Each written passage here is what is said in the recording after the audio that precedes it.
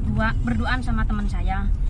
Genitnya minta ampun, ngikutin ke dapur, ngikutin ngebersih-bersih, nanya-nanya, kamu ini punya anak, punya suami, gitu. Pasti ada kayak gitu ya. Pasti ngalami saya. Pernah saya ngalami juga dicoel dari belakang. Cuman kalau kalau saya misalnya dicoel kayak gitu, harus dianya itu males lah cowok gitu. Nah, jangan kayak gitu. Soalnya saya ini takut gitu. Yang penting mah sekarang ini fokus cari duit yang halal. Betul banget. Gitu. Ya prinsipnya gitu. Kita cari rezeki yang halal ya. Halal. Kita berjuang, bekerja, mencari rezeki yang halal. Pasti banyak pengalaman yang majikannya itu ya cerewet. Iya pasti ya. Karena namanya juga wataknya sudah memang di Arab Saudi ini keras. Iya. Dan pastinya kita harus betul-betul tabah dan sabar ya menghadapinya. Kalau memang betul-betul kita mencari kerjaan, apalagi majikan yang takut waktu. Kalau majikan takut waktu gitu, ayo cepet gitu, disuruh cepetan kerja. Soalnya apa? Kita ini kan ujar waktu. Nah, terus kalau misalnya 4 jam, kok 4 jam belum selesai? Ngapain dari tadi? Protes kayak gitu. Kadang ada yang kayak gitu. Kadang majikan udah selesainya kamu, kalau nggak selesai sekarang besok bisa datang lagi. Itu ada yang begitu. Pasti ada ya. Berbagai macam cobaan juga harus ya. Iya. Nah, kadang nggak dikasih air, nggak ditawarin air kalau nggak kita bawa dari rumah. Gitu kayak ya. Gitu. Kalau misalnya bawa dari rumah di tas siap, takutnya di rumah majikan nggak ada air. Bukan nggak ada air sih sebenarnya, karena orang sini kadang sama pembantu itu nganggapnya gimana, kasah aja gelas aja disuruh pakai gelas yang plastik. Karena mikirnya orang sini itu mungkin ada sebagian dianggap budak gitu ya. Why the Jews are bad? What's wrong with them? Be honest, all of you Muslims, you love to live in Israel, not to live in the Palestinian Islamic territory. What you Muslims you do to your country? If you have one, like what do you do usually? What do you do? Saudi Arabia, after having incredible amount of money from oil for more than 80 years, until now they don't have a sewage. Until now, more than 80 to 90% of the population do not know how to write, how to read. Saudi Arabia became the most popular country of AIDS. This is what the money did to you. While other nations, they are building and reaching the moon, you Muslims are marrying more women and bringing more maids from Indonesia to rape them in Saudi Arabia. 1,200 servant maid from Indonesia, they got disappear in Saudi Arabia in 1 year, and they got killed. 1,200. And they say to you, Islam is the best religion and it's a way of life. Do you see how good the way of life is?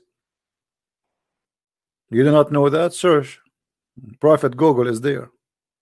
Even the government of Indonesia forbid Indonesian women to work again in Saudi Arabia because of that. And look what they do. Those poor Indonesians, regardless of who they are Muslims, they are Christians, they are Buddhists. I mean, people are human. They want to live. They are poor people. You know, nothing wrong with work.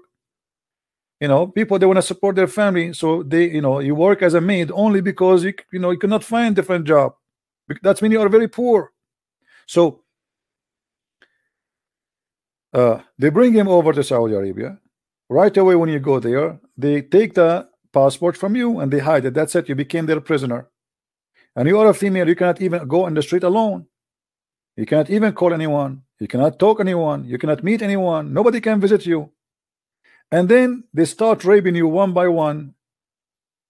All the male in the household, the father, even the grandfather, even the neighbors, any friends of the owner of the house, you bring them. I have a slave, I have a servant, because in Islam it is halal.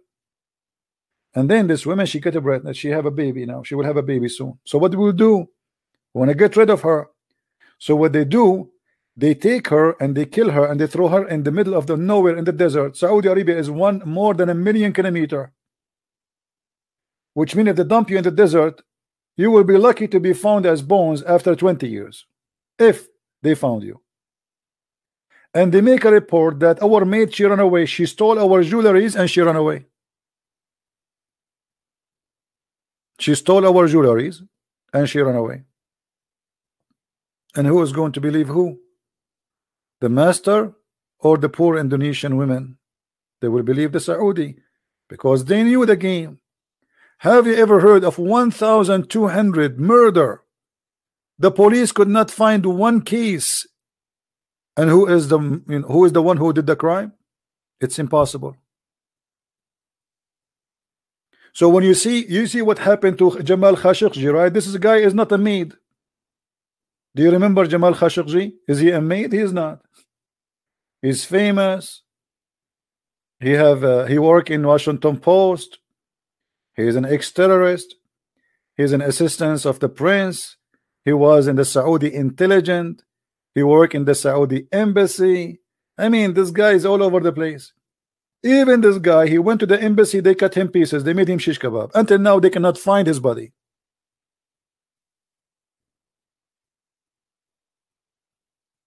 This is why I say, anyone who go and work in Saudi Arabia, you are seeking your death. Because they can accuse you of anything, anytime they want. The Indonesian we are crying for, they are Muslims too. Those maids, most of them, they are Muslims. Maybe 95% of those women who get killed are Muslims, because Indonesia is a majority Muslim country. So we are talking about victims who themselves they are Muslims, or the majority of them. The Saudi are not Islam. Why? Let me ask you, if a person he killed a slave in Islam for insulting the Prophet, what is the punishment for that?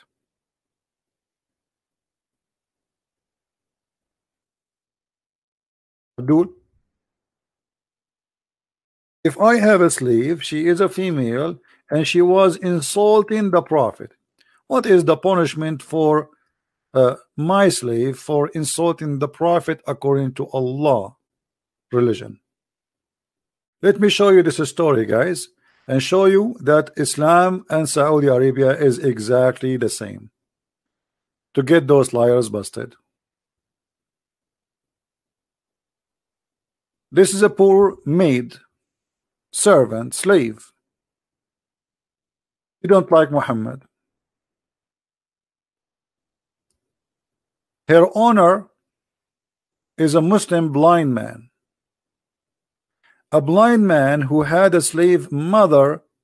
She is mother, she had babies, who used to abuse the Prophet. How she abused? She is a slave. She say, I don't, he's a liar. That's it. So this slave, she used to abuse the Prophet. When you hear the word abuse, you think that Muhammad was a child. She spanked him. She take his food. She ate his sandwich. She stole his panty. She broke his toy. She is a poor slave. He rebuked her, but she did not give up. One night, she began to slander the Prophet and abuse him. So you see the abuse? So he took his dagger and placed it in her belly and pressed it and killed her, and the child who came between her legs was smeared with the blood that was there. Look at this image. I don't know if you can make a movie about this.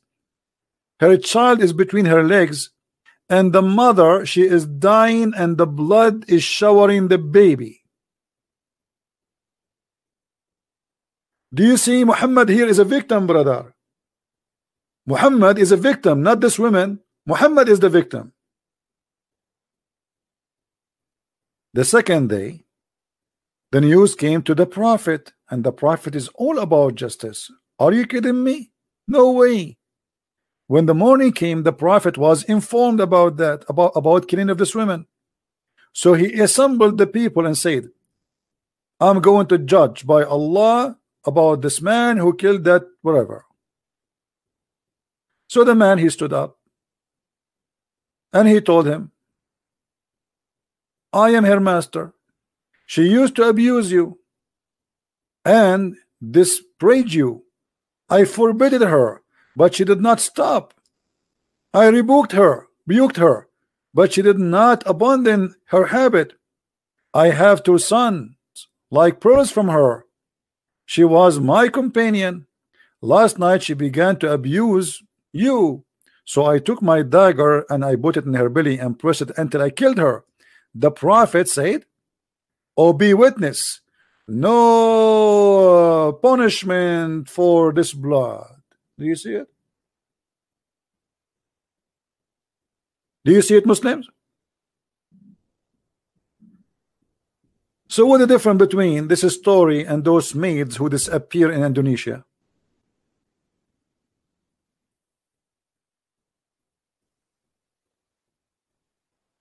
Huh? Is that justice? And by the way, here, anyone notice how many stupid things happen? Not only how many ugly, disgusting things. Muhammad, he did not need witnesses. You see, in Islam, you need 4 witnesses to prove adultery.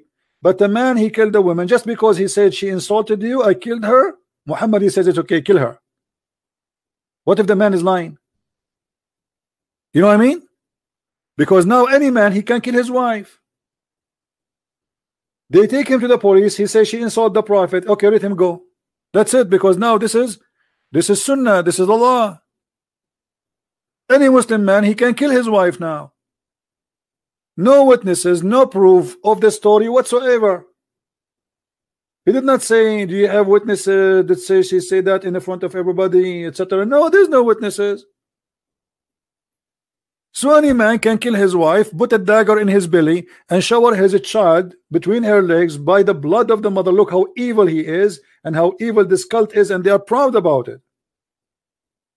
And Muhammad now is doing justice.